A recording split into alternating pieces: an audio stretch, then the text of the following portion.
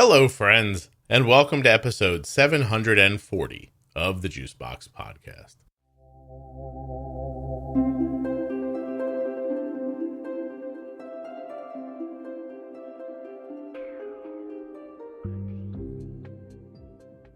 "21-year-old Erin is here today. She was diagnosed while a college student, and she is going to share rather openly about what it's like to be at college as a young girl living with type 1 diabetes. While you're listening today, please remember that nothing you hear on the Juicebox Podcast should be considered advice, medical or otherwise. Always consult a physician before making any changes to your healthcare plan or becoming bold with insulin. If you're a U.S. resident who has type 1 diabetes or is the caregiver of someone with type 1, please consider going to t1dexchange.org/juicebox and filling out the survey. When you complete the survey at t1dexchange.org/juicebox, you'll be helping people living with type 1 diabetes. It takes fewer than 10 minutes, is completely HIPAA compliant, and absolutely anonymous. These are not difficult questions. Simple questions that you already know the answers to about your type 1 or your child's type 1. t1dexchange.org/juicebox.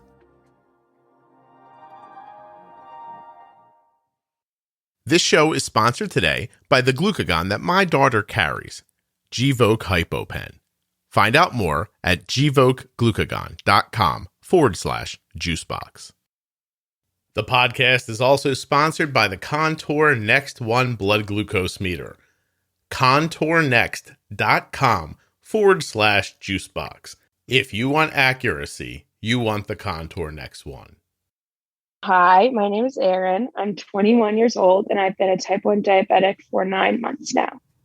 Perfect. That was perfect. 9 months. Jeez. Yeah. Were you in college when you found out? Yep. It was my junior year of college. Were you actually away at school, or were you home when it happened? I was away at school, but luckily I go to school in Boulder, and my parents live in Denver, so it's a very close. Wasn't too far away. Okay. Yeah, so when everything happened, I was able to go home and be with them instead of being stuck at my college house with 7 other girls. 7 other girls. None of them pre-med, I imagine? Nope. not one. You couldn't get a little lucky. No. So how did it present, and how did that whole part go? Oh, it started like at the end of August, like right when I got back to school. I was just feeling off, like very tired. But like being a college student, I was going to school, I was working, and I was babysitting like twice a week. So I was working, going to school, but I just didn't have the energy like I used to. I was going to bed every night with like really bad stomach aches. Mm-hmm. And so I'm like, I don't know what's going on, but like, it's just college. Like I'm just stressed out, whatever. And then I started losing weight. I lost about 20 pounds, which was like, I've been the same weight since I was like 14 years old. Wow. And like, I'm a healthy weight. Like it was like an extreme weight loss where I was like, okay, like I'm really skinny now, but this isn't right. Like I haven't worked out. Something's wrong. Over just a couple of weeks? Is that right? Yeah, I would say like 3 to 4 weeks. And then I had gone home on like a Sunday to see my mom, and she was like, you look so thin. She's like, are you doing drugs? Like, you look so thin. And I'm like, I'm not doing drugs. Like, I don't know what's wrong. And I didn't have a scale at school, so I hadn't weighed myself. And I came home, and I always had been around like 140 pounds. And I weighed myself, and I was like 121. And I was like, okay, I think something's wrong. Like, I'm not trying to lose weight. Like, yeah, there's something up. For context, how tall are you? I'm 5'6" and like a half. Oh, wow. So yeah, I was like very like healthy, comfortable weight. Like I was not trying to lose weight at all. Yeah. So you could see it in my face and my arm. Like I just looked sick. Mm-hmm. And so I'm from like Chicago area. My parents like moved out here when I came to school. And so since I've been at school, I haven't gotten like a doctor. Like I haven't had like a checkup or anything since I've lived here. And so I'm like, I don't know what to do. So I call Erin. That says they're a network. Erin, I'm sorry, you disappeared for a second. Like you got like a blip. You called. Can you hear me now? I can, yeah. I was saying I went on like my insurance website and started calling every doctor in network just to like try and find someone because I didn't have anyone. Right. And they're all like 3 weeks out or whatever. And I had gone to like this like natural doctor out here, just like supplements and stuff. And so I called him and I'm like, I've lost 20 pounds in the last like few weeks. Can you order me some blood tests? Like, I know something's wrong. Like, I can't get in to see a doctor. Can you just go send me blood tests? I feel like something's wrong. And I went and did that. And then I got all my blood test results. I was sitting in a class and I'm like, I get the notification and I'm like, oh my God, oh my God, oh my God. And I'm Googling every blood test that I was abnormal for. And I just looked at my sheet and I was like 480, my glucose was 484. But for some reason, like I saw that number, but I'm like, oh, that's like for people who have diabetes, like that doesn't matter. And I had like a bunch of other abnormal ones. Like there's like a CEA blood test, which is like a cancer one, which I was like extremely elevated for. So I'm sitting in class and I'm like, I have cancer. Like I'm done. And so that was like so freaky. And I like ran out of class and was like bawling, crying, whatever. And then what class were you in? I know that's the weirdest question of all. It was an accounting class. And I'm like sitting there and I'm in the back. So I'm like looking at my phone and I'm like Googling and I'm like, what's going on? What's going on? And luckily we were still wearing masks in class because I ran to the bathroom bawling, crying. And then I like wipe my tears away, go back into class and finish it out. And so then I call like that doctor, and the whole weird thing is just like, Erin, even like, I mean, he's not like, I mean, he's a doctor, but he's not like, yeah. Erin, you blipped out again on me. I'm not sure why. So, just, it's okay. It's probably because you live near mountains. But I don't live that close to mountains. My Wi-Fi should be good. Are you on your phone? No, I'm on my computer. You're on your computer? Okay. Yeah. Do you have a possibility of like hardwiring it? Do you have like an Ethernet cable or no? No. No? Can you just move slightly closer to the router kind of thing? Yeah. Wait a minute. Before you do that, Arden, is your phone near you? Yeah. Are you getting text messages or other yeah. Yeah. That's what's happening. Oh, so turn off my Wi-Fi on my phone? I think if you... Or use like a hotspot. I could use a hotspot. No. What happens is that I have it happen to me too. So I just silence my phone. Okay. And move it away from the microphone a little bit. Okay. When my phone is too close to the microphone and I get a message, I get that electronic breakup. Okay. So I'm going to guess that's what it is. I just threw my phone away. It's also not your Dexcom receiver. So hopefully it works. I have my Apple Watch, so I have my... Okay. I can see it. All right. So or maybe that's making it bad too. Maybe we'll find out now that the phone is across the room under a pillow somewhere. Yeah, literally. So I'm sorry. So just, I apologize. Do you remember where you are? It's okay. Yeah. Okay, go ahead. So I really didn't even think I had diabetes. Didn't even cross my mind, even though my glucose was like 484. And I called that like natural doctor and he was like, you need to go see like a real doctor and figure out what's going on or whatever. Okay. And luckily my dad, he had like a friend who was like a family doctor or whatever. And so this was on Thursday and he got me in on Monday morning. Mm-hmm. And this is where it gets crazy because I go in there and he's like, yeah, like, I'm pretty sure you have diabetes. And I'm like, okay, I'm not overweight. Like, cause I didn't really know that much. I'm like, I know I don't have type 2, like I'm very healthy, whatever. And I was like, I thought you get type 1 when you're little. And he's like, no, like you can get it whenever type of thing. And so he's like, I'm pretty sure you have it, but I'm going to send you to an endocrinologist, like to be sure. But we're going to give you, he prescribed me a Freestyle Libre mm-hmm. without giving me insulin. He's like, wear this, you can check your numbers, but like, I'm not sure if it's diabetes. So when you go see that other doctor, you'll be able to figure it out. And I'm like, okay, like, sounds good, whatever. And well, does it sound good though, Erin? Because if it's not diabetes in your mind, you feel like you have cancer.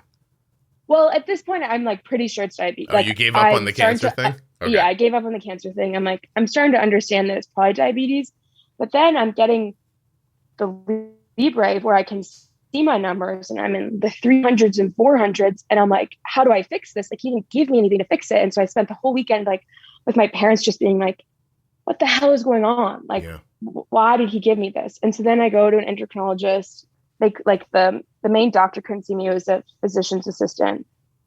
And we get in there and she's talking to me like I'm 2 years old, like, like you have diabetes. Diabetes is when the pancreas attacks itself. Like, just like the most basic definition. I'm like, okay, lady, I get it. Like, how do I fix myself? Like, I was very much like, I want to feel better. I want to take insulin. Like, I had done research. I'm like, I want this and this. Yeah. Because she was like, okay, we're going to give you Lantus. And I'm like, what about the short acting? And she's like, oh, I don't think you're ready for that. And I'm like, I want it. Like, I know what it is. I want to have insulin when I eat.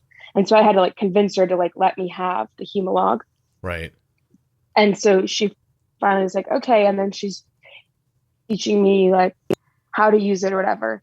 I'm always fascinated by that, by the way, Erin, that the doctor says to you, no, you can't have this. And you go, oh, come on. And they go, all right. Like, and I'm like, I'm not a little kid. Like, I'm 21. Like, I'm an adult. I'm pretty intelligent. Like, I can figure this out. I want to figure this out. I don't like feeling bad. Like, like, let's do this thing. And so she agreed to give it to me, whatever. And then that Friday I saw the diabetes educator, which was one of the most horrible experiences of my life. She gave me like, I still have the sheet. It's like a sheet and it's like, you can eat 1,500 calories a day. And she's like, do you like eating 3 or 4 meals a day? And I'm like, I'm in college. I eat like, I don't know how many meals I eat. Like, I eat something different every day. And she's like, you have to eat at the same time every day. And it's like morning for breakfast, you can have 30 grams of carbs and then get one snack of 15 grams of carbs and this whole list. And I'm like, start crying. And I'm like, I can't live like this. And so my mom has a friend who is type 1 and she told us about your podcast and how there's like a whole list of like doctors on here of like good doctors in the area.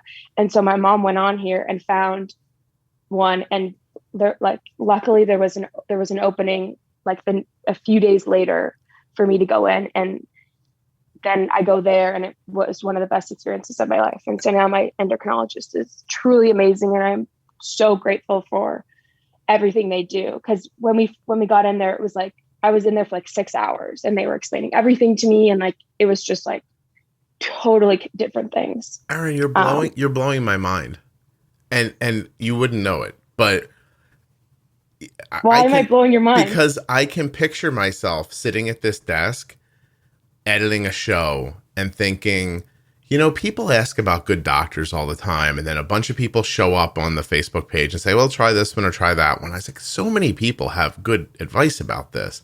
I should probably just make a web page and put them all there. That was like a throwaway thought in my head while I was doing something else. And I might have had it like 3 years ago.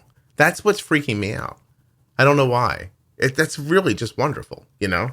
Yeah. I mean, I'm so like, don't even have words to explain like the gratitude I have for like finding our doctor, because they're just amazing. And like, if I had stayed with that doctor telling me I have to eat on a schedule and can't eat whatever I want, like, I don't know if I would have made it, like, literally. Yeah, no, because they were giving you a sliding scale, basically.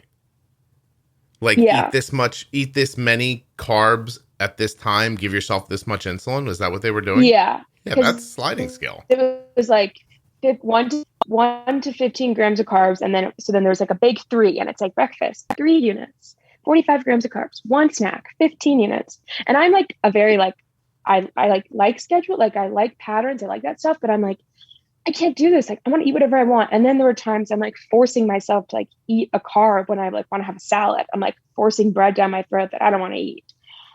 And because I was you like, have to eat at least 15 carbs. Yeah. Right. And so did you ever find yourself in a situation where you're like, well, what I want is 20 carbs, so I'm going to have to jam 10 more in to feed the insulin? I mean, luckily I You didn't do it Before long. I went to my next doctor, it was like 5 days. Wow. So yeah, I mean, it was, and the doctor I go to now is booked out like always like, 6 or 8 months. Like the fact that I got in there was like 1 in a million chance. Wow. Well, that he had to cancel it. Yeah. Shout him out. What's his name? What'd you say? Shout him out. What's his name? Dr. Gottlieb. It's the Barbara Davis Center in Colorado. Cool. Yeah, it's an incredible place. And it's like it's only type 1. Like there's research going on. I'm a part of a research study right now. Like it's very happening there. Excellent. And the day I went there, she was like, put me on a Dexcom. They gave me one. Within 10 days, I had my next ones like shipped to me. Like it was incredible. No, it is a big difference when they know what they're talking about versus at least your first person was thoughtful enough to be like, don't ask me, go find someone else. Yeah. You know, but then the next person's like, don't worry, we know what to do. I'm going to give you advice from 1983. I know. Thanks a lot. But yeah, I know. I'm like, okay, like I don't, and she was like telling me like healthy foods were, and I'm like, healthy, like I don't need this advice from you. Like, just like, I was just so frustrated. I'm like, I can't do this. Well, on top of all that, did you expect to get diabetes? Like, do your parents have it or somebody in your family or anything? Nope. Yeah. So you're shocked. Nothing like that. It was so out of the ordinary. What's super weird is when I was 16, I had like my mom and I have always my mom always referred to it as hypoglycemia, like where we would get like super, super shaky, like when we hadn't eaten in a while, which I know like that happens to people, but like it'd be like the sweating and the shaking. And so I went to an endocrinologist at 16 and was like, I think I have like hypoglycemia, and I was fine. Like nothing really happened from that, but they had me wear like a Libre for like a week, which is so funny thinking about now, because like I was completely like normal, like then, and now I'm like, obviously not, but well, you're normal, but Erin. You just have diabetes. I know. I had air quotes around normal, but you couldn't see me. That's right, I cannot. So I have a question. Yeah. Do you leave school for an amount of time to figure this all out, or are you handling this while you're at college?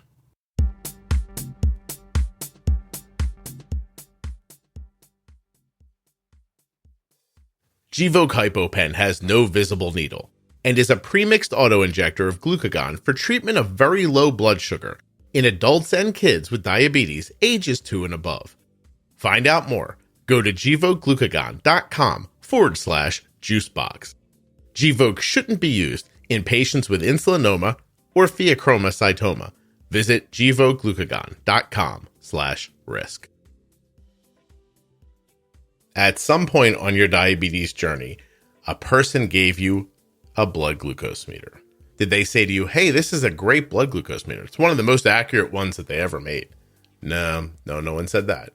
Did they say, by the way, there are other blood glucose meters. You might want to look into it. I'm just going to give you this one because I have it here in the drawer.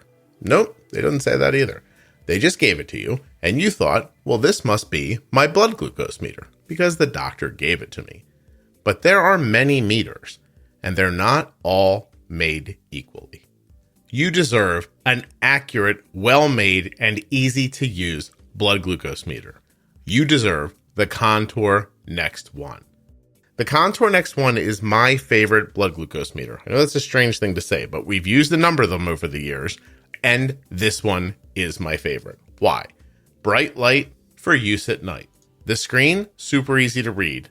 It's manageable. And by that, I mean it's a good size. It's not too big. It's not too small. And I love the way it fits in my hand. It's sort of, because of the shape, which you'll see at contournext.com/juicebox, almost feels like you're holding a pen in your hand. I don't know how to put it exactly. You'll see when you get to the website. But the Contour Next One blood glucose meter is incredibly accurate. But you might be worried, Scott, all this accuracy, is it more expensive? Am I going to be paying a bunch more money? I don't think so. Actually, if you go to contournext.com/juicebox, you can actually buy it right now at a number of online venues. Walmart, Amazon, Walgreens, CVS, a list goes on and on. Target, Rite Aid. And so when you get to my link, check it out, because you might be able to save time and money buying Contour Next products from the convenience of your home. What am I saying?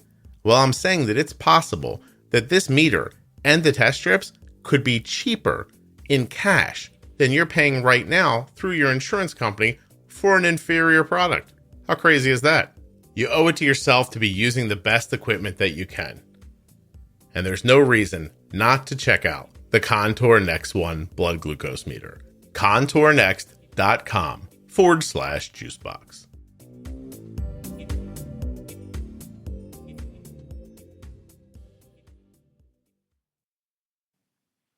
The weekend after I got like, they told me it was diabetes, I was at home with my parents, but then within like 4 days, I was back at school drinking alcohol. Like I was like, I'm not letting, like, I'm ready to go. Like I was like, I figured it out. I'm ready to go, which definitely wasn't probably the smartest thing, but I just didn't want to miss out on stuff with my friends. And I was just kind of like, I want to be back at school. Yeah. But it was definitely hard. And then I start going out and like people are like, what's on your arm? What's that? And then it's the whole, oh, I have diabetes. You have diabetes? What? And then it's like the whole 10-minute thing to every person I see. The story you told me, you've told a few times. Oh yeah. Yeah. Well, so I think I've gotten it down, but yeah, no, you do. When you went back, you mentioned drinking right away. So were you trying to kind of parse this out? Were you involved in drinking prior to diabetes, or did you go back and you're like, you know what, I haven't done yet in my life that now I realize I'm just going to do because what the hell? Like, which is it? No, I've been drinking for a while. Like when I'm at school, like I enjoy to like party and go out. Like that's what we do. Okay. So if I need an accountant in a few years, I want to ask someone else, or no? No, I'm teasing you. I'm good at school and drinking. I've got a both. Did you say I'm good at school and I'm good at drinking? Yeah. Well, congratulations. That's going to go right on your CV. I can see your LinkedIn right now. Nobody adds when they're drunk like Erin. That's your tagline. And then yeah, that's a good one. Yeah, you can have a glass of wine while we're going over your taxes, and you're sad about how much money you have to send to the government. Yeah, literally. What are you hoping to do when you're done with college? I'm doing an extra year of school to get my master's in accounting, and then I'm going to sit for the CPA exam. Oh wow! Good. So, is it the family business, or was that just something you wanted to do? Not a family business. When I got to school, like I was just in like the general business school, and like my first accounting class, like I was just really good at it. Like I've always been a math person. Mm-hmm. And I just like it, and I was just like, yeah, I think I could see myself doing this. And I just did like an internship this summer and really liked it. So that's the plan. Well, I might need an accountant next year, so hurry up. I keep asking my guy stuff, and he's like, I don't know. And I'm like, could you say something more valuable than I don't know? I keep thinking, you know what I keep thinking? I keep thinking that he wants me to do something that's not completely on the up and up, so he doesn't want to say it out loud. And I'm like, what are you trying to say exactly? Like, he never really says what he says. He's like, you could probably reduce your tax burden. And I'm like, yeah, what's the rest of it? How would I do that? And he doesn't say anything. Do you think he's thinking of something? You don't know. But I always wonder. I'm like, I wonder what he's saying right now. Yeah. Anyway, okay, so talk a little bit, Erin, about the college experience as it relates to alcohol. And do you do drugs too? I don't mean it like, do you do drugs? But I mean, I don't know another way to say it. Because if I say take. I will occasionally like smoke weed or take an edible. Yes. Okay. So let's, I mean, for people who aren't in school now, or who aren't inclined, you go to college out of high school. Had you drank in high school? Yes. Okay. Had you smoked in high school? Yes. All right. So this was not like a new thing. Yeah. Is this because you live in Colorado? No, I mean, I'm from the suburbs of Chicago. I grew up there my whole life. Okay. And like my dad got a job out here, and I have a brother who went to school out here too. And so they just decided to move out here. So I live out here now, but I'm not from here. Is social drinking a way of life in your family? Like, are there drinks at dinner? Actually, no. My dad is actually a recovering alcoholic. Been sober for like 28 years. And so my mom never really drank. And so I'm a very person when it comes to drinking. Like, I know the effects that it can have. Like, I've seen it. And obviously I have like, I could have addiction genes like from my family. Mm-hmm. So I'm very like conscious about it. And I've never been like drinking to like not feel drinking in a bad. It's always just been, oh, we're going out. Right. So yeah. Do you see that from kid to kid, like in school? Like, is there a difference between social drinking and blackout drinking? Oh yeah, definitely. Yeah. There's not to be stereotypical, but it's a lot more guys who are just like blacking out, they're just drinking and they get blacked out with their fraternity brothers, and then God knows what happens. So I like the way you said that. God knows what happens. What do you, Erin, is this an After Dark episode? That's what I told. So I want you to tell me, when you said God knows what happens, what popped into your head? What do you think happens? I don't know, blackout, hook up with random girls, or like get in fights on the street. I don't know. Beat up a statue. Yeah. Like, boys are just crazy, but my son. But yeah, I would. My son told me a story about guys that got drunk and broke an ice carving, and I was like, "What?" And they're like, they were walking around, they saw like this big ice carving, and they just knocked it over. And he's like, they're not like that when they're not drunk like that.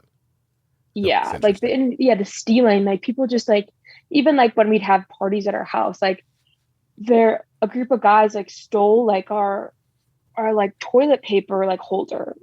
I'm like, what inclined you to do that? Like, what? Like, what? Like, it's just like weird things like that. I'm like, now we can't put our toilet paper anywhere, and you have like a toilet paper holder. Like, what? Like, that's so weird. Erin, are you straight? Are you looking for boys? What? Are you straight? Yes. Yeah. Does this scare you? Do you look at them and think, oh God, there's going to be no one to... Yeah. It's a worry of mine. I mean, and because I am a part of like Greek life, and so I hang out like with a lot of like fraternity guys, and like they're just so immature and so just, yeah. I'm like, I don't know where I'm gonna find my husband, but it's not here. Do you think the boys somewhere else are different? Well, I think out of college, I think hopefully they'll grow up, but yeah. Well, I'm still working on it, so maybe you can get married when you're 40. That'll be nice. I hope I get married before then. Find a nice grown-up boy by about 40 years old. Yeah. That's interesting. So how does the drinking, like, we'll do one at a time. Does drinking impact the way you think about your blood sugars, like leading up to drinking? Are you like, do you plan for it, or how do you handle it? Yeah, I definitely plan for it. And it was one of like the first things I told my doctor, and was like, how do I drink? Like, how do I go about drinking with diabetes? Because I had talked to my mom's friend about it, and she was saying how like you go up when you drink and you drop like 6 hours after, or whatever. And so I knew that, but especially in the beginning, I hadn't really had like a real low yet. Mm-hmm. So I didn't even really know what to expect. So there was a lot of fear, being like, what's going to happen? But from the start, I would always make sure I ate a good meal before. And I just steered away from any sugary drinks. Like, I mostly just drink like seltzers, like White Claws or whatever, which have like 2 grams of carbs. Mm-hmm. And so I would just never, and I still really don't ever give myself insulin for alcohol. Like, I just don't even if I'm having a sugary drink, I really don't give myself insulin for it, because I know I'm going to drop, and like, it's just not worth the anxiety of like worrying about going low. Right. And I'm on a pump now, which makes it 1,000 times easier. But with MDI, like, it was hard because you couldn't change your basal rate. And so like, I did have a lot of lows. like in the mornings, and just from not being able to change it and not eating enough and whatnot. So What do you consider low? Under 70. And were they hard to bring back up? No. Okay. No. I just like, I've always been like an anxious person. And so I like the lows, I've had a lot of anxiety about them. And I did have one low that I went to the hospital for. So that then caused a lot more of anxiety, which I've been working on, and I'm better again now. But it's just a hard feeling. Yeah, I have a couple of questions, and I'm sorry if I feel clunky. What I've learned is if I'm speaking while you're speaking, then we get that electronic sound. And so I'm trying not to step over you, but I'm still trying to interject when I have a question. So my first question is, does your dad have anxiety? I would say yes. Okay. Do you think he was drinking to help him with his anxiety? Yeah. Okay. But that's the thing. Like that's never been like how I cope with it. Okay. So. And then when you said you ended up in the hospital, so were you so drunk you couldn't help yourself, or was this not related to drinking? Well, this is actually, so I haven't even gotten to this part really, but so starting in January of this past year, I studied abroad in Spain. So it was like 3.5 months after diagnosis, I got on a plane and shipped myself off to Barcelona. And my bad low happened when I was in Barcelona. I had been out partying all night, was fine, like woke up. And ironic enough, my mom was visiting me at this time. And I was with a friend, and we went to get breakfast, and we're sitting at the table, and I ordered like a chai latte and a pancake. And so I like gave myself a good amount of insulin because I'm like, the chai latte is gonna be sweet and the pancake. And I always pre-bolus, which since this has happened, I don't really pre-bolus when I'm out at restaurants because sometimes they forget to put your food in and bad things happen. Mm-hmm. So I had pre-bolused and my food wasn't coming out. I started to feel really, really weird. And I had free, so I started eating them. And the friend who I was with was like visiting me, and she hadn't been around me since I had diabetes. And like, as this was happening, she was asking like, what happens if you get really low? And I like stood up, my head like slammed into the table, and I fell back and like passed out. And my mom was like walking by the restaurant because she was coming to meet us, heard screaming, and runs in thinking like someone's having a heart attack. And she sees me on the ground with like blood all over my face because I had hit my head, passed out on the ground. And so that was like the most frightening moment of my life for sure. And I think for her too. And I don't even know how low my sugar got. Like, I'm also in Spain, no one speaks English. So we're like, she has diabetes. And they're all like, what? We don't know. Yeah, great. Like, hey, couple things here. Did you have a seizure? No. You didn't have a seizure. You passed out. As serious and as horrifying as this story is, did your friend later say for 5 seconds, I thought, wow, you were really committing to answering my question about what happens if you get low? Because I know. No, she was so freaked out.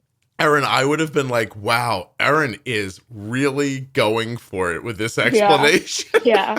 Yeah, literally. I'm not laughing at obviously your situation was terrible, but I love the timing of it. She's like, so what happens if you're low? You're like, let me show you. Huh, bang. Yeah, I know. It was because I was telling her, I'm like, I don't feel good. Like, but I was eating fruit snacks. And so, it was just the combination of the drinking, because also in Spain, you go out till 5 a.m. And so at this point it was like 10. So I'd only stopped drinking 5 hours ago. So the peak of like dropping me was right then. And I pre-bolus for food that took too long, and it just was a mess and a half. Had you slept? I slept for like 3 hours. I think part of it is also the low, not sleeping well. I've seen that before too, where people experience crazy lows if they're staying up like crazy amounts of time. Yeah, and that was like the majority, because I was in Spain for about 4 months, and I went to the hospital once, but I just had a lot of bad lows because I wasn't sleeping well. I was out all night. I was just I was traveling every weekend to different countries. Like, it was probably the craziest way to start my diabetes journey. Do you think you were honeymooning? I've been meaning to ask you. Yes. And that was what was really hard is, like, at one point I was in Rome and my Lantus was down to like 1 unit a day.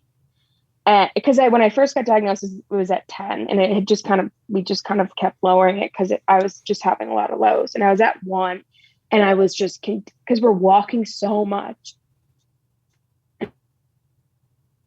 Erin, I lost. I'm sorry, I probably lost had you. like. Can you hear me now? I lost you. You were walking so much, you said. Yeah. So we were just walking so much that I was having fruit snacks like every probably like 20 minutes and continuing to go low because we were just walking and I was honeymooning. And yeah, I really wish, I mean, I tried to let them get a pump to go, but they wouldn't let me, which I get, but like the flexibility with a pump would have been really, really helpful just with like the lifestyle I was living over there. Yeah. No, 100% it would have helped you, because you could have just like done temp basals and stuff like that would have really probably limited your low blood sugars. And and you're doing all this walking, but even probably the amount of basal that you had set up before you left was for a much more sedentary lifestyle, reasonably speaking. And then suddenly you're walking around everywhere. And did you know to decrease your basal, or you didn't know that? I knew that. And my doctor, like, I had his cell phone number. So like I was calling him constantly. And like when I had my low at the hospital, my mom called him, and like we forgot that it was the time change. So it was like 3 a.m. for him, but he woke up and his wife spoke Spanish. So his wife wakes up and is like on the phone with all the doctors. Like he's amazing. Wow. But yeah, so I knew to like lower it and stuff, but it was just hard because once you take it in the morning, like, you know, you can't like change it. And so like I had other times, like there was another time I was in Italy and I had a bad low on the plane and I had overcorrected because I was just freaking out. And then, so I overcorrected. So then I like rage bolus. And then I was in like the middle of a train station, laying on the ground, like shaking so low. And my friend had to go like run, get me orange juice, was like pouring it down my throat. And I continued to be low like that whole day. And I couldn't like turn off my basal, you know, like I had taken it in the morning and I couldn't like take it away. And so it was so scary to be like, it's still in my body. Like I want it gone. Yeah, no, I know the feeling. As soon as somebody explained to me how an insulin pump worked, I was my very first thought was, oh, I'd be in control of the basal insulin then.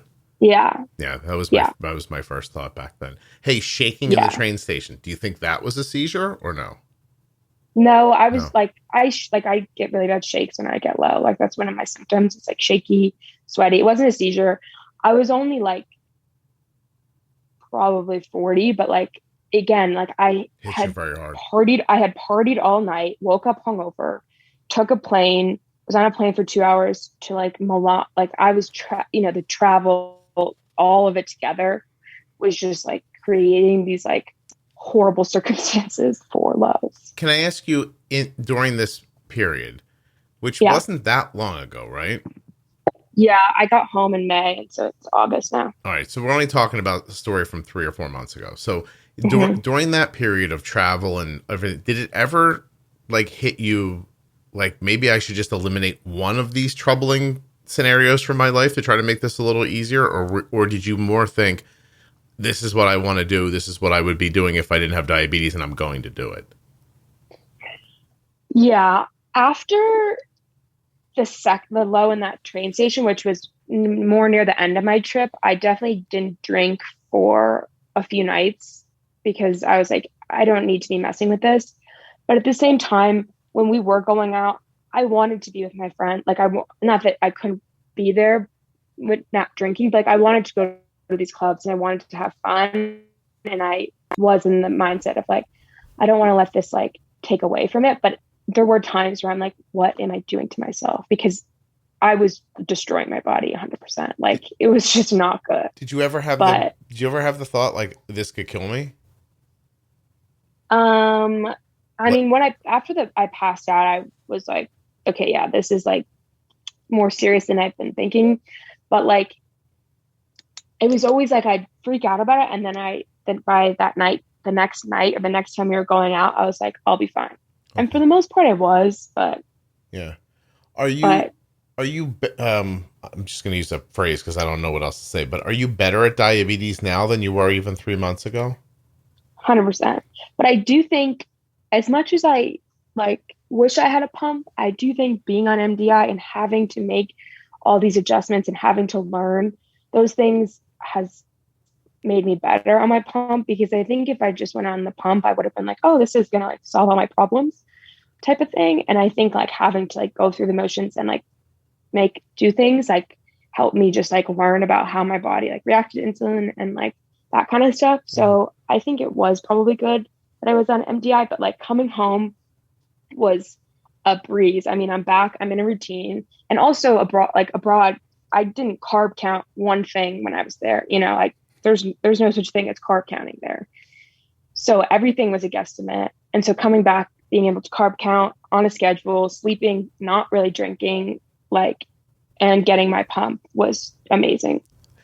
Have you at all in the last 38 minutes wondered, I've tried to put myself in the position of being like the young mother of like a 5-year-old that has diabetes listening to this. They must be listening to you like, oh God, oh God, oh God, oh God, I don't know. You know what I mean? I know.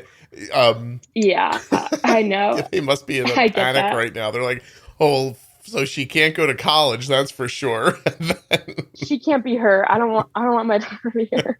Well, not that you are I know. Not you. Know. Just the situation is. Yeah. Because, you know, I remember on my son's intake day when he was a freshman, oddly, he's now graduated, but there were these young parents, clearly all like, you know, a large portion of these were their first kids going into college in this group, right? And we're in this like seminar room with these people that work at the college. And this woman raises her hand and she goes, "Does everyone drink?" Like she had been worrying about it for 20 years. You know what I mean? Yeah. Yeah. And the person at the podium gave some statistics about, you know, how many people drink at college versus how many never do, how much do, you know, sometimes, etc. And it was interesting that the numbers were fairly 50-50. Like some people drink and some people don't. Yeah. You know. I would see that. Yeah. Right. And it did not comfort that lady at all. She's like 50-50. I was like, yeah, you've got a coin flip chance of what you're asking about right now. But at the same time, I don't know where I fall. Like, Erin, I'm such a weird person to ask about it because you've probably drank more in the last month than I've had in my entire life. Yeah. So I don't know, like but at the same time, I don't feel like I'm sitting here thinking like, oh, Erin's doing the wrong thing. Like, I think you're doing what you mean to be doing. And it's a different choice than I would make, but it's not, but it's not right or wrong. I think the reason you come on and talk about it is because you got a coin flip's chance of this being you, and you're going to need to know how to handle it, because the answer isn't, it's why I asked you the question earlier. The answer isn't, well, just don't do it then.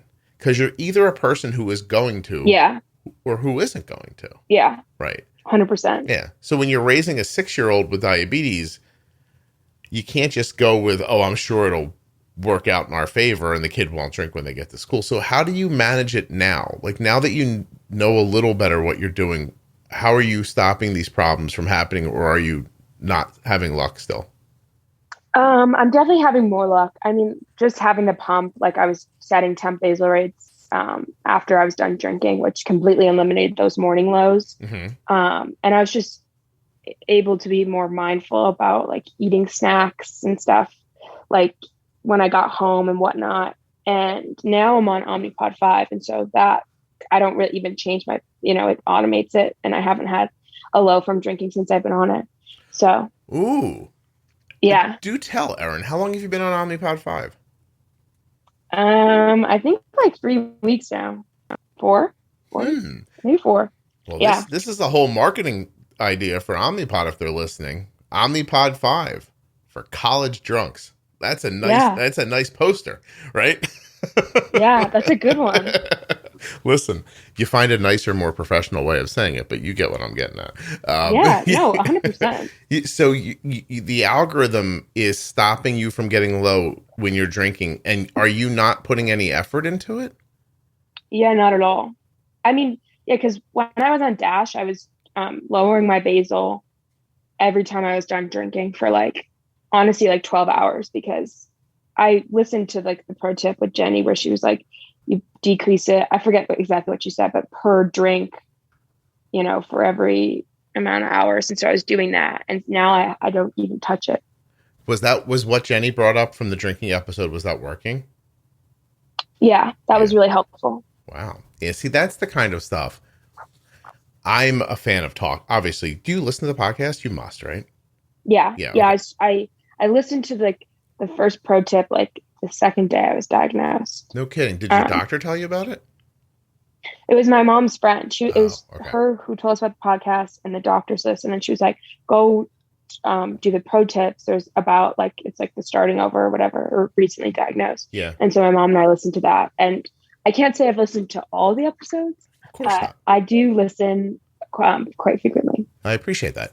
It would be I think I put up episode 732 today. So if you listen to all of them and went to college and were obliterated as much as you are, I would wonder where you were getting all this time from. So I know, literally. Okay. So anyway, my point was going to be that this stuff gets talked about sometimes in like isolated corners of diabetes, the diabetes world. But mainstream like outlets don't talk about stuff like this. And it's why I focus on doing it as much as I do. It's interesting too, because the holding up the pro tip episodes against the after dark episodes is interesting. More people listen to the pro tips, like just tell me how it works, like tell me how the insult works, like that kind of stuff. How do I do it? What do I do? But some of the most completed episodes are the after darks, like people who listen just like from when it starts till the second it ends. Yeah. Because I think that it's either a thing that is happening to you, something that exists in your life, or it's an oddity to you, and you're interested in like, oh, I don't like, I don't have bipolar disorder, but let me listen to a person who has diabetes talk about their bipolar. Like, I think they find it incredibly interesting. And so I think there's never enough content like this, honestly. Yeah. And because after I listened to a few pro tips, I forget which one I found first, but I think it was the After Dark about the girl talking about like dating with diabetes. And then I listened to the guy one. And then there was another one about drinking too. Yeah.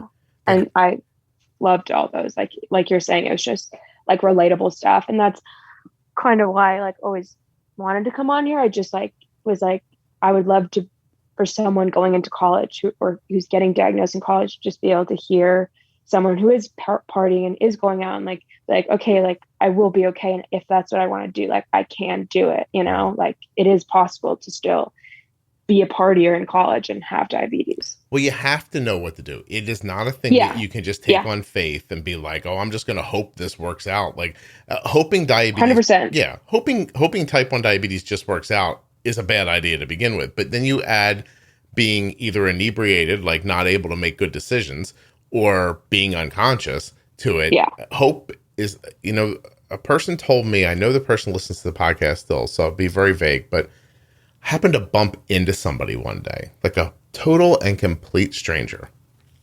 And we were kind of at the same place for like a half an hour. And she was there watching her kid, who was too old to be kind of like watched by their parents. And I happened to be there because I had just gotten there to pick my son up. And so this is very vague, and I'm trying to keep it very vague. So it's not a place where parents usually watch their children, but she was watching him. And I was like, hey, you've listened to the podcast. Like I talked to her for a couple minutes and it started getting the best of me. I'm like, why are you like here? And she's like, well, he has type 1 diabetes. And like, she was just kind of like, I think she was worried. Right. And then told me a story about fairly recently in college where the kid had become completely unconscious, but with high blood sugars, right? Okay. And was like Yeah. vomiting and in DK and like, you know, like just not able to take care of themselves. And then you find yourself in a very strange position where the people you're hoping are going to help you are other drunk people your age. Yeah. Yeah. Right? Who are not Mhm. like classically the most reliable subset of society, drunk kids. Yeah. Yeah, right. Definitely. You don't go find a 20-year-old and be like, hey, you've drank a fifth of vodka in the last 3 hours. Would you paint my house? Like, you know what I mean? Like, let alone can you give medical advice to my kid? So this poor kid was just passed out, as was everyone else. Blood sugar up, up, up. The parents had to drive a great distance to go like scoop the kid and take him to the hospital. Oh, wow. So I would hope that if that happened to me, someone would get me to the hospital. you got to check your friends very closely, Erin. I think they would. Yeah. I think they would. Give them an I IQ think I've test, got a whole a bunch good of group of stuff. friends. You want to make sure you're around the right people. But my point is that in a scenario where this kid was going to do this thing anyway, wouldn't it be beneficial if he knew how to do it the best he could?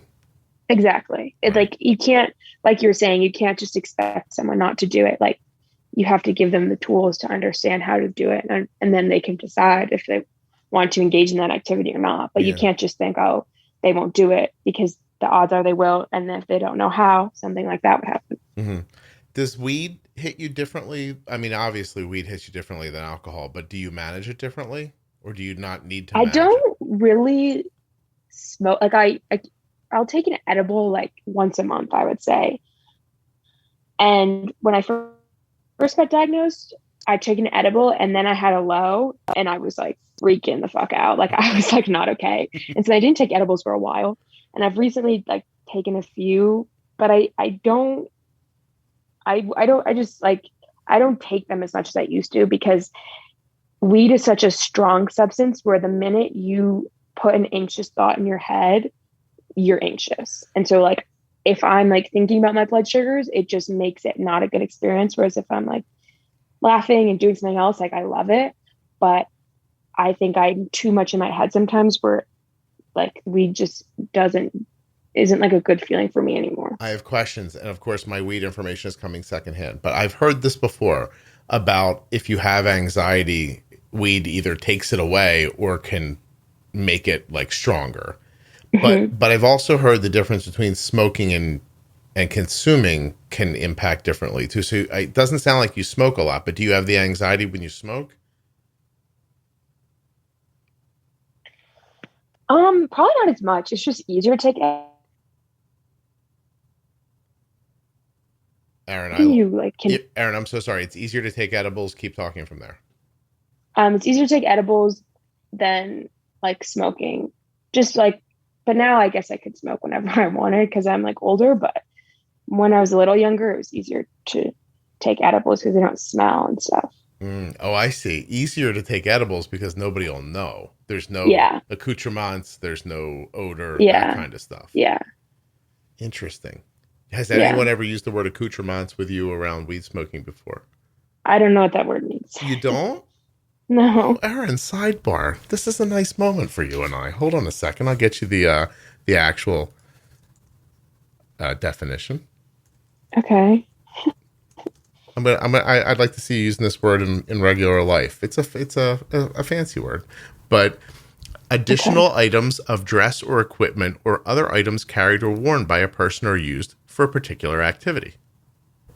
So like a bong would be an accoutrement of smoking weed. Oh, okay. See what I'm saying? Okay. If you were an accountant in loose terms, your calculator may be an accoutrement.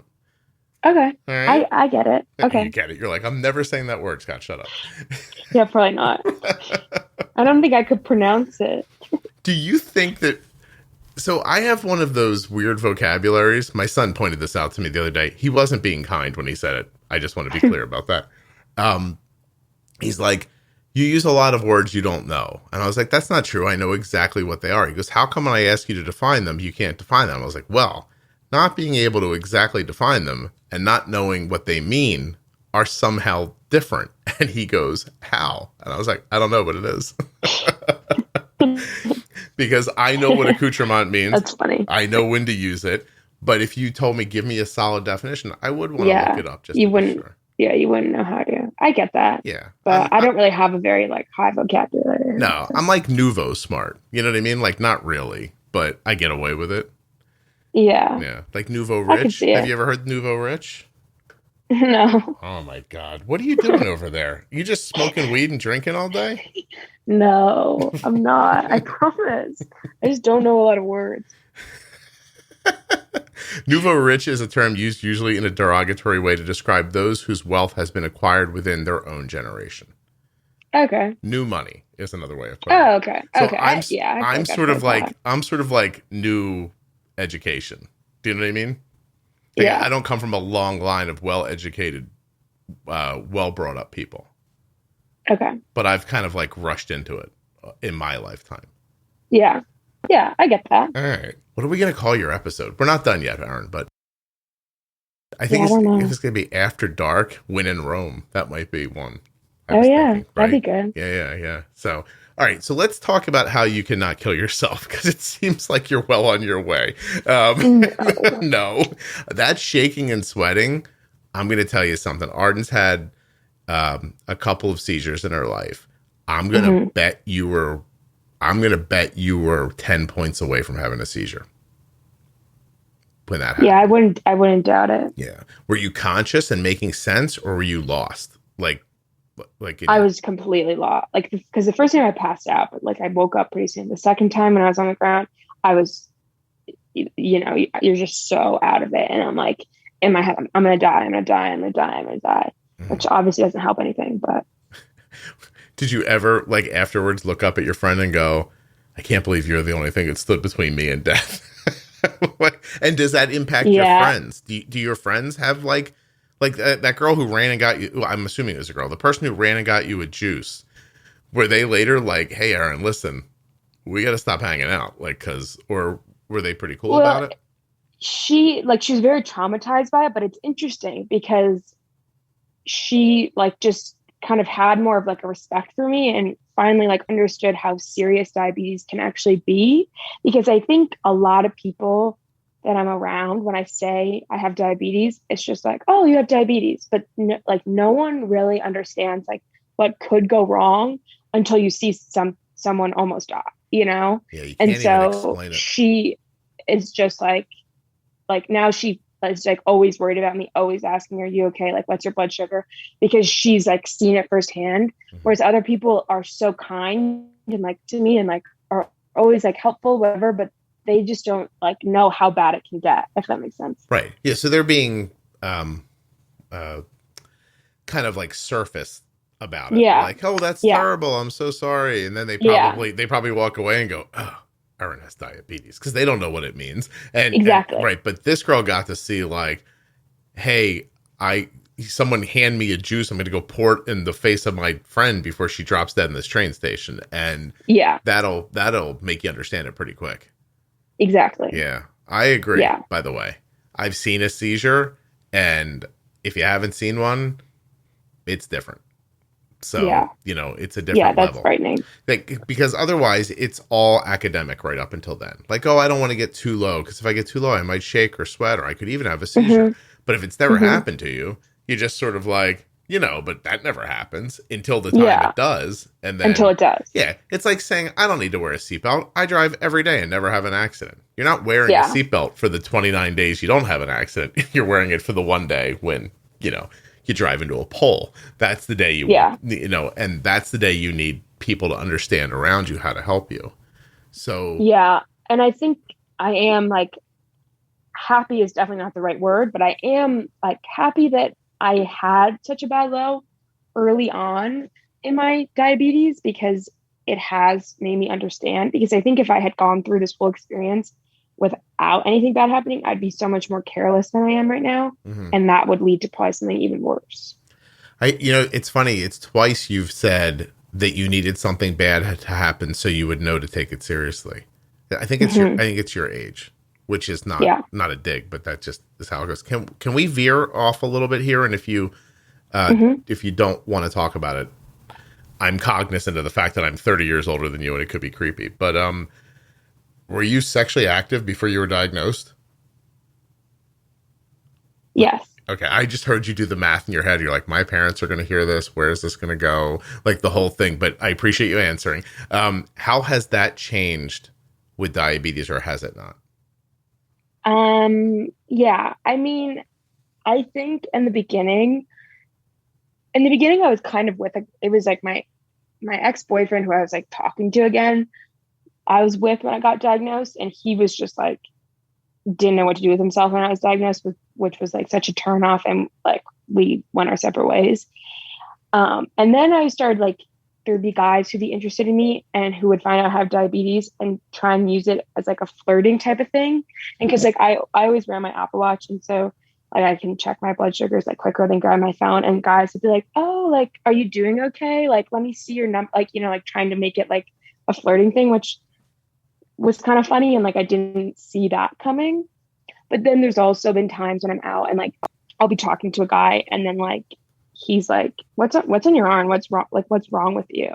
And I'm like, all right, I'm done with you. And I move on. So it's been interesting. These dastardly boys, Erin. Now I'm using words just for fun, but they would look at you and go, "Hey, I'll pretend to care about Erin's health so I can see her butt cheeks." That's wrong. Okay, it really is. I know. What the hell? It's really wrong. Yeah, but in the moment, I'm like, "Oh, they care about me.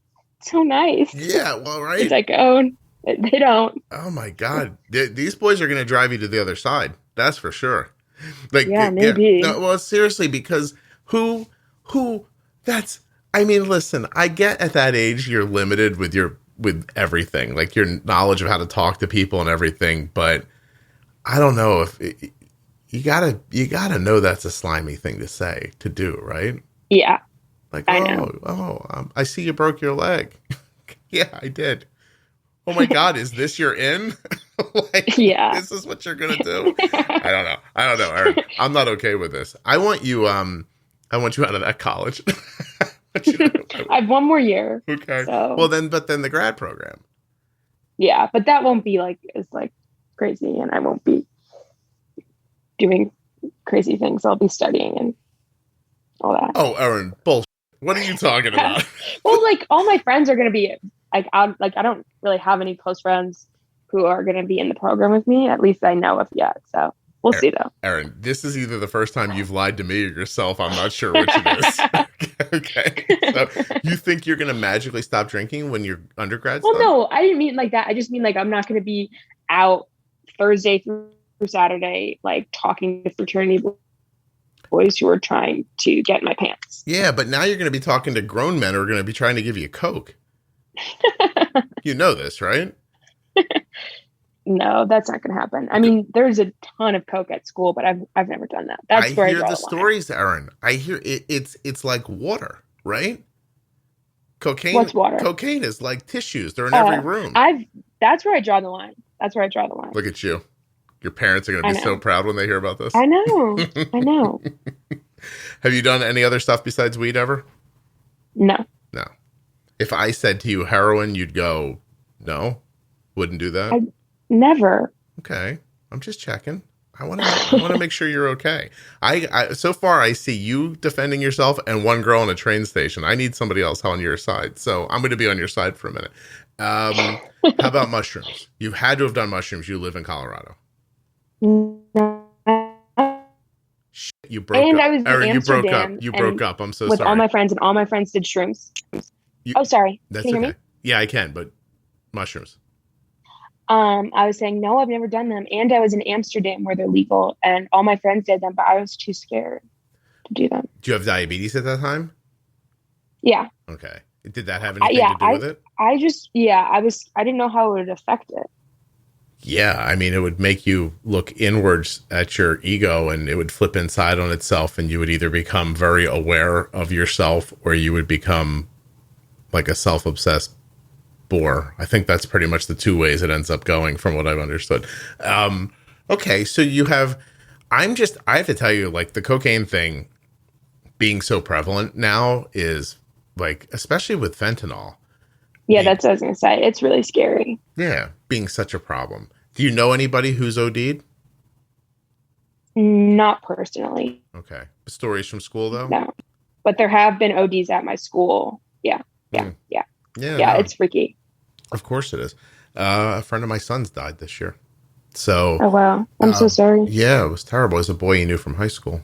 And I don't think they were close anymore, but you certainly don't expect to hear that a 22-year-old who lives in your town is no longer around because of fentanyl, you know? Yeah. It's all right. So be careful. You know, there's a whole episode about testing your drugs, right? You know about that? No, I didn't know that episode. This girl came on. She's terrific. She was probably your age when she did it. She's like, I just want everybody to test their drugs and be safe. And during the whole thing, she was like, I don't do hard drugs. I just do this, this, this. And I was like, right. And I was like, I forget how the conversation went, but it's one of the moments of 700 and some episodes that sticks out in my head. Cause I was like, so no hard drugs. She goes, no. Well, cocaine. And I was like, are we not measuring that as a hard drug anymore? I was like, that's fascinating to me. Like, that's a hard drug. I think so. Right. So, all right. Can you explain to me? You're not going to be able to. This is a stupid question. But I'll ask it. I don't even know how to ask it. So I'm going to start with a basic idea because this is how little I understand this concept. Why do people drink?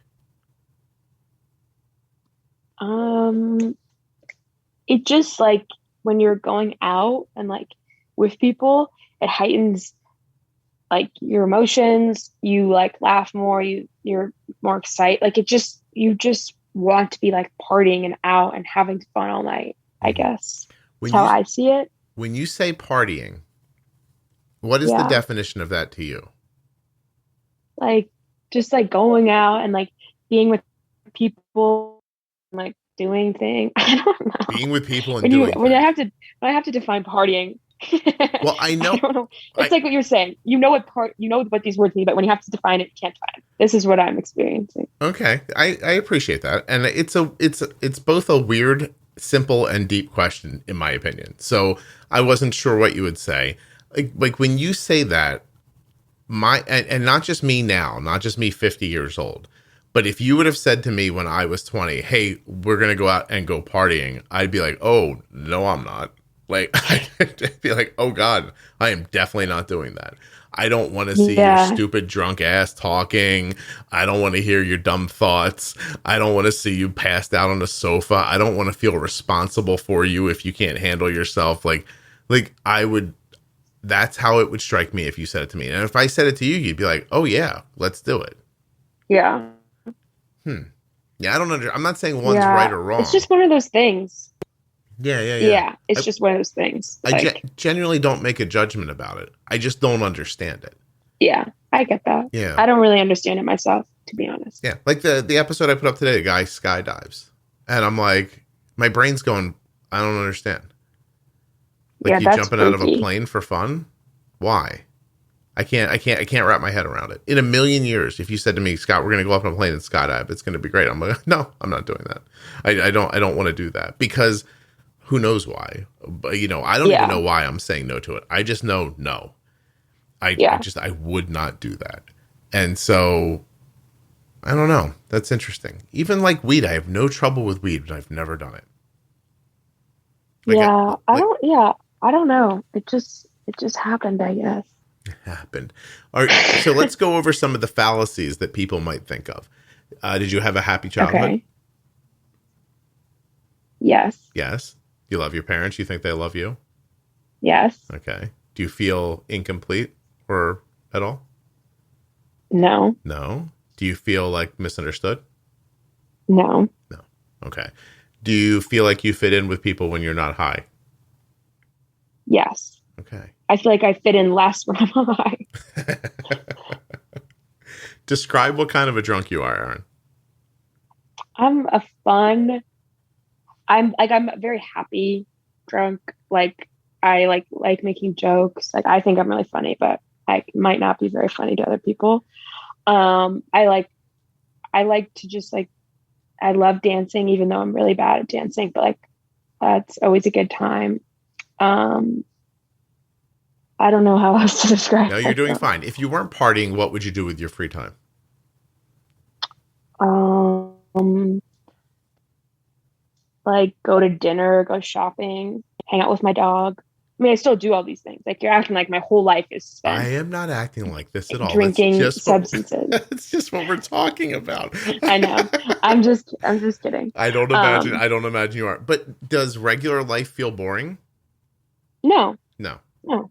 Interesting. That's it. Like I usually will drink like Thursday nights and then like Saturday during the days and sometimes Fridays, but like usually Fridays I am too tired. Like I usually do 2 nights a week. So it's not like I'm like going crazy. No. I mean, I actually don't think you are. I'm asking my questions.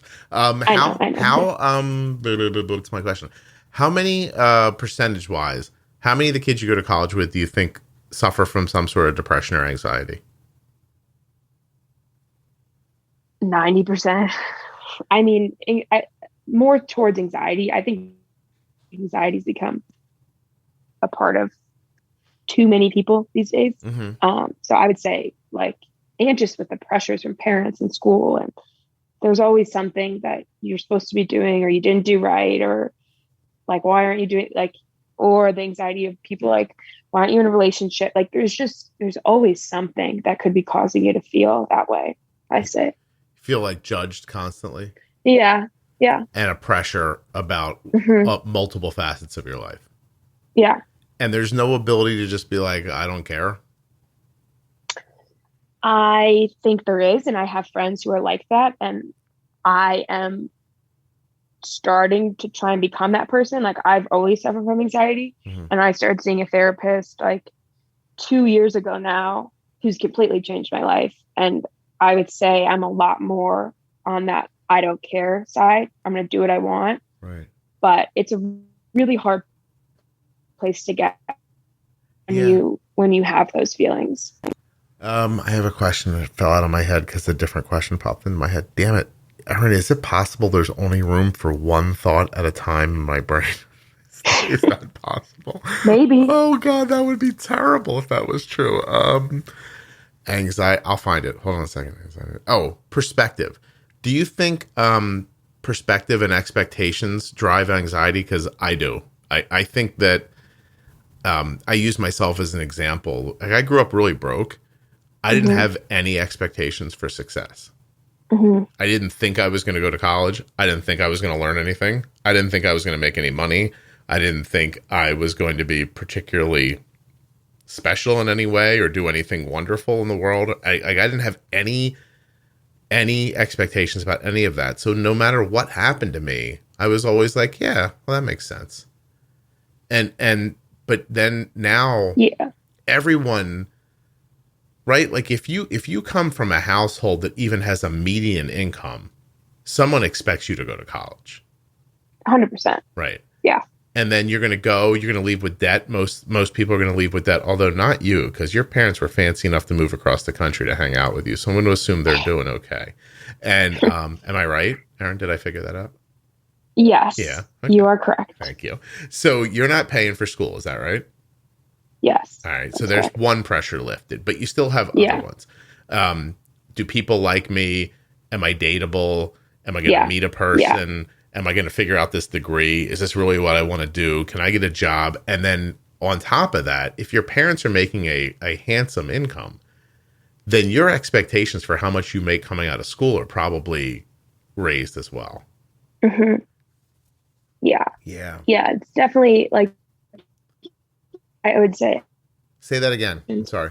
Drive a huge part of anxiety. And I would say expectations do drive a huge part of anxiety because the world that we live in now is just, you're always expected of something. And it can be hard at times for sure.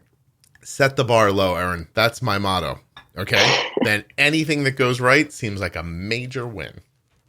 Yeah. I feel like I'm like past that point of setting the bar low. Like I'm almost done with or I don't know how to say that. Like I'm not a kid anymore, you know? Yeah. No, I hear you. I don't know that I mean it exactly the way you're saying it. I just mean, yeah. What do the Beatles say, Erin? Do you know the Beatles? I know the Beatles. Yeah, so this is an interesting moment because if you don't listen to the Beatles, you'd be like, I don't know what that's an old I listen band. to the Beatles. Okay. I think Let It Be is that's a good one. yeah, might be my motto sometimes. Right? Yeah. Just it's a good one. Yeah. Whatever happens, happens. And that's what I've been learning. And honestly, I think getting diabetes has like helped me in a way, which I wouldn't have thought, but like, it's caused some anxiety to increase around lows, but in all the parts of my life, my anxiety has decreased immensely, I would say. Mm-hmm. Do you think if I snap my fingers, right, and you opened your eyes and you were graduated, had a job with an income you were happy with, and were with a boy that you liked who liked you back equally, do you think most of your anxiety would disappear? Yes. Okay. Yes.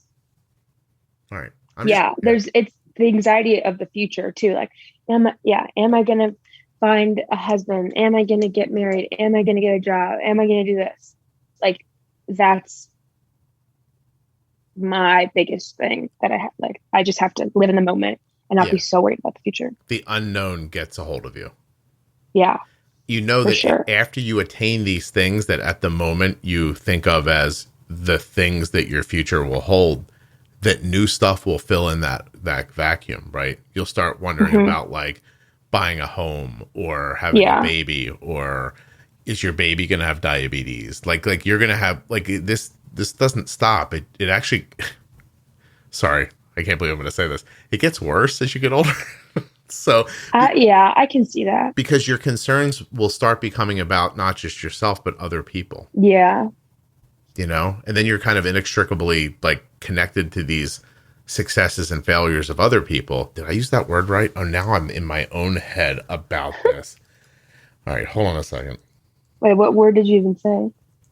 Give me a second.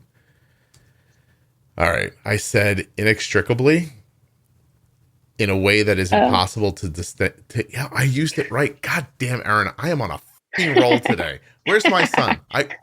I want him in here right now so I can tell him to go fuck himself, because I use good words. I just don't 100% know what they are. So good job. Thank you. You know, he and you are the same age.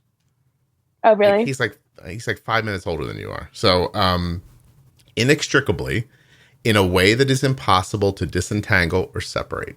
So you become inextricably attached to other people whose lives you care about as well, and whose health and outcomes and their anxiety and all that stuff. So then by loving this is not me talking you out of like caring about people, but when you start caring about other people, their problems weigh on you almost more than your problems do. You know what, Erin? Why the hell am I not drinking? I don't know. I think you might have just talked me into it.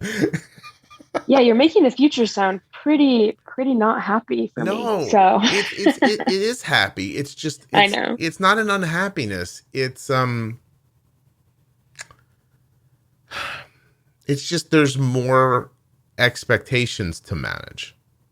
Yeah. Right. I think that's all what it is. Like, you know, why is it upsetting that your kid has diabetes? Because you didn't expect it to happen. Why is it upsetting that you have it? This is not something you expected to happen. If growing up every, I don't know, 6 months, someone would have said to you, hey, Erin, by the way, when you're 21, you're going to get type 1 diabetes. You're going to have to start using insulin. Then the day it happened, you would have been like, oh, yeah, I expect this. Yeah. Right. So I'm almost talking about this because I don't think there's anything wrong with it. I don't think it's a bad thing that you're going to love somebody so much that you're going to care about them more than you care about yourself, and that you may rise and fall with their experiences as well. I think if you expect it, then it's manageable. But if you just look up one day and think, I thought life was going to be perfect and it's not, then it feels terrible. Yeah. Right? Yeah. And that's true. That's the expectation we give kids. It's going to work out for you, Erin. You're going to be terrific. You're such a pretty girl. You're so smart. You're going to get a job doing whatever you want. any guy's going to be lucky to be with you, Erin, blah, Yeah. blah, blah, Yeah. right? And then you bump into a guy at school and he's like, what's that, diabetes? Get away from me. And you're like, oh, I thought he was going to be lucky to be with me. What the hell? Right? Yeah. Yeah. Yeah. And then it hurts all of a sudden. It's true. Yeah, Yeah. I know. Erin, listen.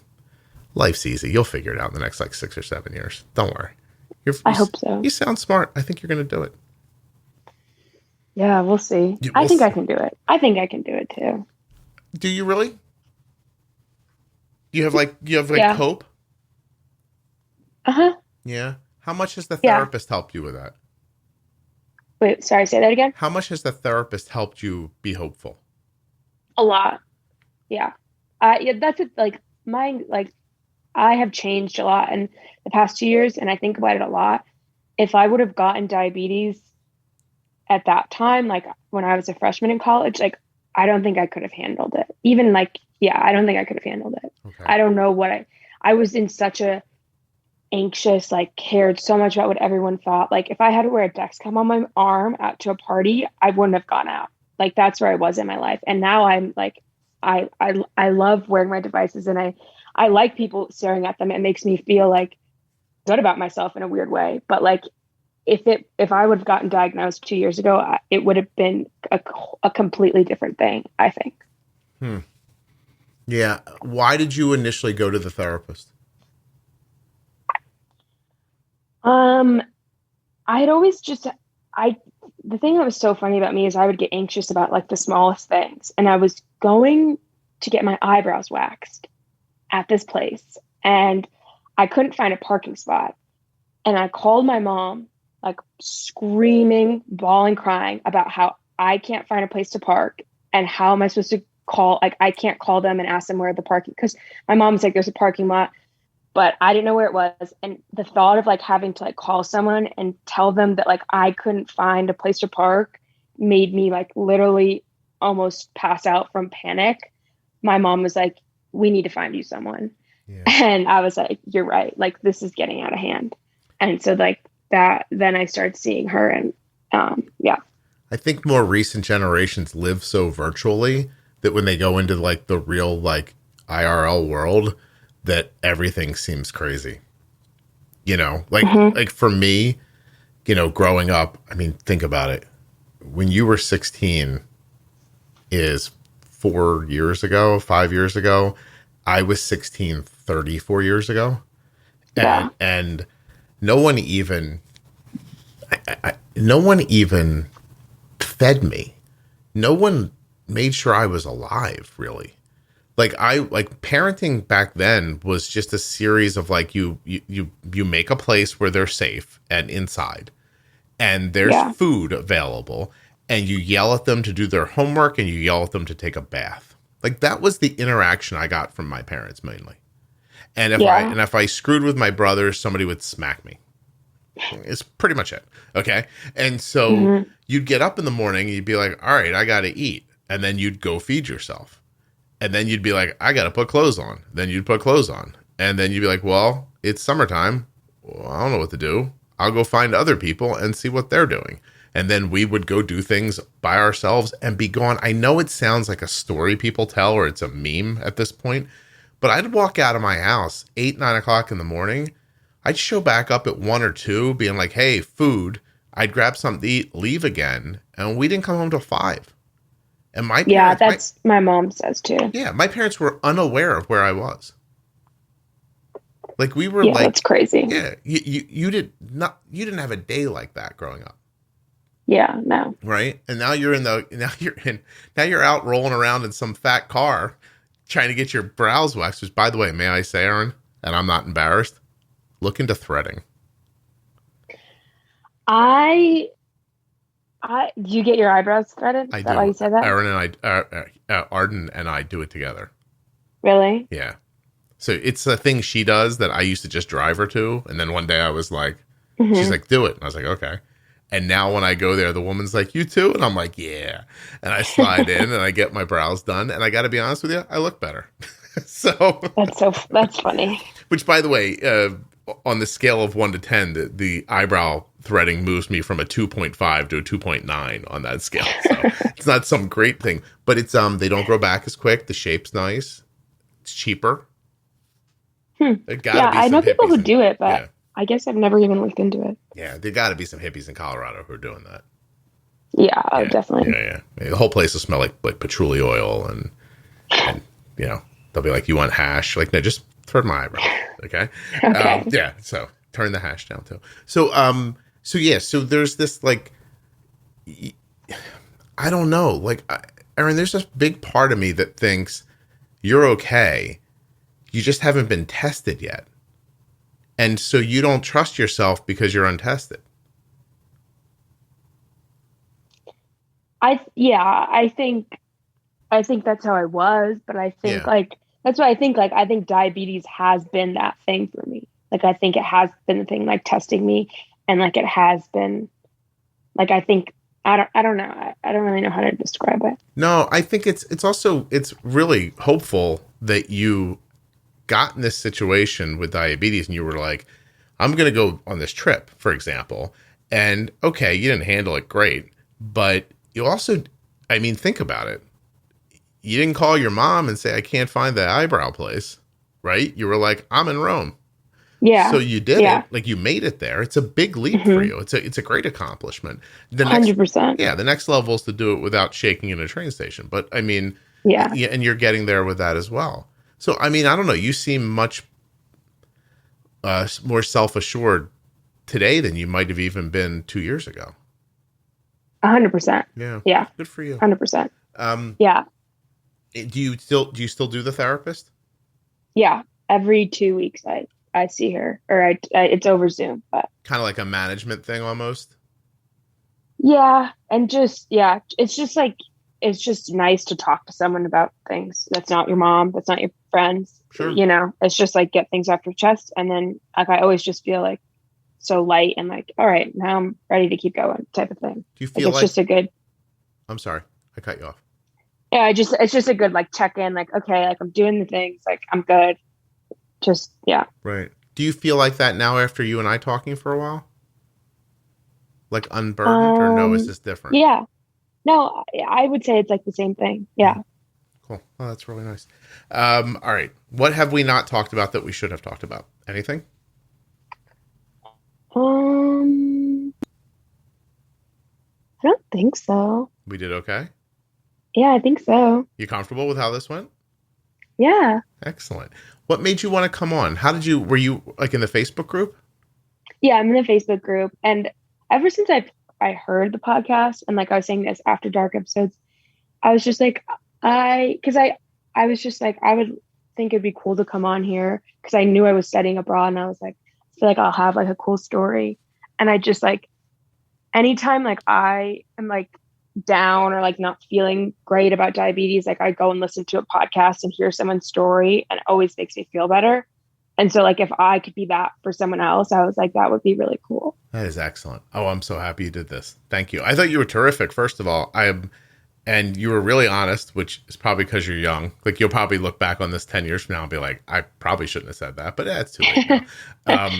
Do you think you'll share it with your parents? Is there anything in here they don't know? Yeah, I'll let my parents listen to it. Nice. Look at you. Yeah. They're going to be so thrilled you didn't do coke. I know. They're going to be like, yes, we did something right. Yeah, if your parents are still listening at this point in the episode, I'd like you to see an extra little gift for Erin at her next birthday, for being such a... Do you have other brothers and sisters by any chance? I have 2 older brothers. Mm-hmm. They probably did coke. I don't know if they did. Maybe. I don't know. I'll ask them. How much older are they than you? 4 and 3 years. Oh. You guys don't have a ton in common then. Or were you a close family when you were younger? When we were younger, I mean, they just were always traumatizing me and absolutely hated me because I was the annoying little sister. Mm-hmm. But now I'm very close with both of them. Yeah. That's excellent. Well, that's really something. Well, I think you sound like you're doing terrific. I know that's, I don't know how that sounds at all, but I mean, you don't need my approval, but I think you're doing a really good job. It sounds like you came through a lot. You're handling it really well. You're thoughtful about it, and boys are ucky. So literally. That's my next thing I need to tackle in my life is icky boys. Yeah. You know the secret, right? What's the secret? You really don't know? No. Okay, hold on a second. Most of the guys that visually you want to be with, they haven't had to develop their personalities. Why is that? Because they're handsome. Oh, because, yeah. For the same reason that pretty girls can be like, hi, and everybody's like, oh my God, I love Heather. Like, do you know what I mean? Like, has Heather ever said anything interesting? You're like, I don't care. So, the athletes, the handsome kids, like all that stuff, it's easy for them. Probably not really. Yeah. There's probably like handsome guys right now like, hey, I got to work hard too. But I mean, like, people give them a pass. And so when you don't have to work on your personality, a lot of your personality has to do with your empathy and with how you see other people. And so if you've been kind of skating by, those might be skills you haven't developed yet. So you either have to get a really handsome kid early and train them yourself, right? Yeah. Or you got to wait till they turn into a human being, which my best guess is 27 years old. And then, that's too long. I know. You're going to be a 50-year-old lady with a 10-year-old kid. You can't be like that. You don't want that. Don't say that. Don't say that. Erin, you want kids too, huh? Yeah. I love kids. I can tell talking to you that you want to be a mom. So, hey, the woman who did the After Dark drinking episode that you heard, the original one, she's a mom now. Really? Yeah. She had a baby a couple years ago. Oh. So, that's exciting. Yeah, it really is. Okay. Hopefully that'll be me. Oh, I have one last. Can I ask a bummer at the end? I should have. Sure. I'm so sorry. I should have done this earlier. How do you defend your body in college as a girl when you're drinking? Like, do you guys look out for each other, or how do you do that?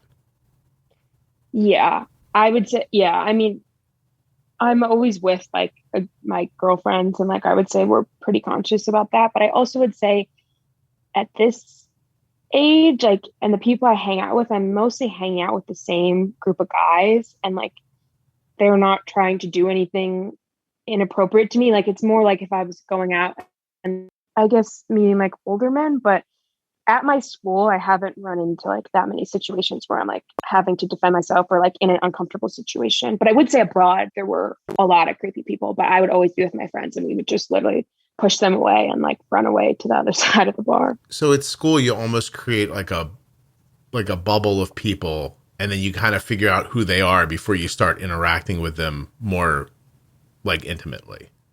Yes. Like I become friends with all the guys, and then like all the guys that I've dated or been with in college, like were my friends first, I would say. Does it happen that you go to a girl and say, hey, look, I'm going to head off with this guy, like check on me in a little while? Do you guys go that far? Yeah. Okay. And we all can track each other. Like I have all my friends on like Find My Friends. Right. So we always like, but yeah, if someone's like going home with someone, you like tell somebody before and are like, yeah, like text me to make sure I'm okay type of thing. I understand. Okay. Well, that's good. I just wasn't sure. Like, but then when you get out in public or like a bar scene or something like that, then there's older guys and they see you're younger, then they're more aggressive.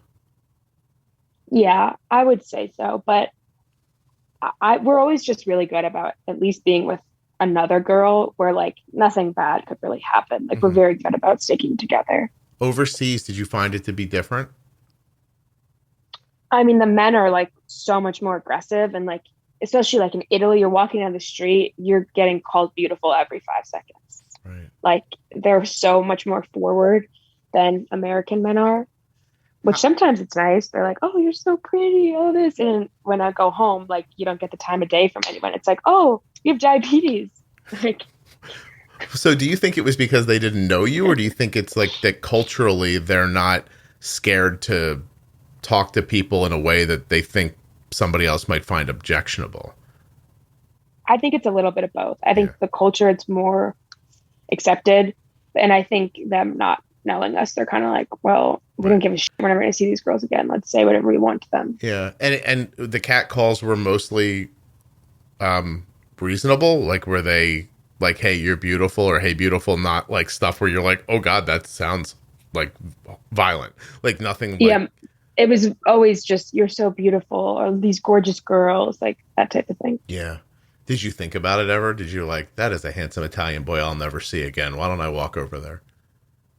A lot of times they're like a lot older. Oh. So I'm not attracted to them at all. Oh, I see. Oh, I thought it was people like on your level. No, it's like probably at least in their like late 30s and older. Like 30, so it's a little bit more like. Yeah. You're actually, it's interesting. You're seeing that 35-year-old guy's, that's his pickup line. That's why he's 35 and he's still yelling at girls, because he's like, exactly. Yeah. Because that's how he's trying to find a wife. Yeah. Wait till you find that. By yelling at by yelling at girls on the street. That's not how it usually works. Wait till that 21-year-old boy who was like, so what's that Apple Watch for? Where do you find him when he's 35? I don't know. He'll be doing the same thing. Hopefully he's single. Yeah. Yeah. Unless he figures it out and then tricks some poor girl into thinking he's a real person. Who knows? Yeah. All right. I could see that happening. Erin, you're terrific. Thank you so much for doing this. Yeah. Thank you for having me. I had a blast. I'm glad. I really am.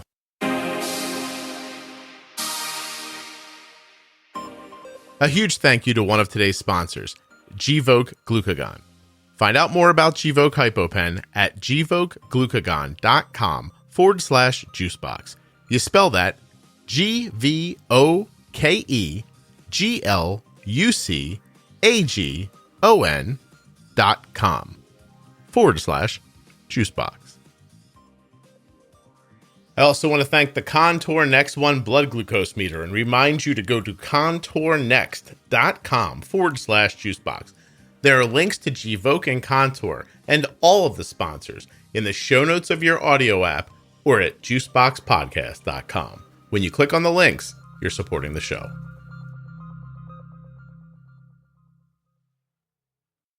If you're looking for the Diabetes Pro Tips series, it begins at episode 210 in your audio app, or is available at diabetesprotip.com. As a matter of fact, many of this series within the Juicebox podcast are also available, of course, in your audio app and at diabetesprotip.com, which is accessible by typing that link or through juiceboxpodcast.com. If you're listening to the show online, please consider listening in an audio or podcast app and subscribing and following in that app. If you're looking for a community online, try the Juicebox Podcast Facebook page. It's private and free.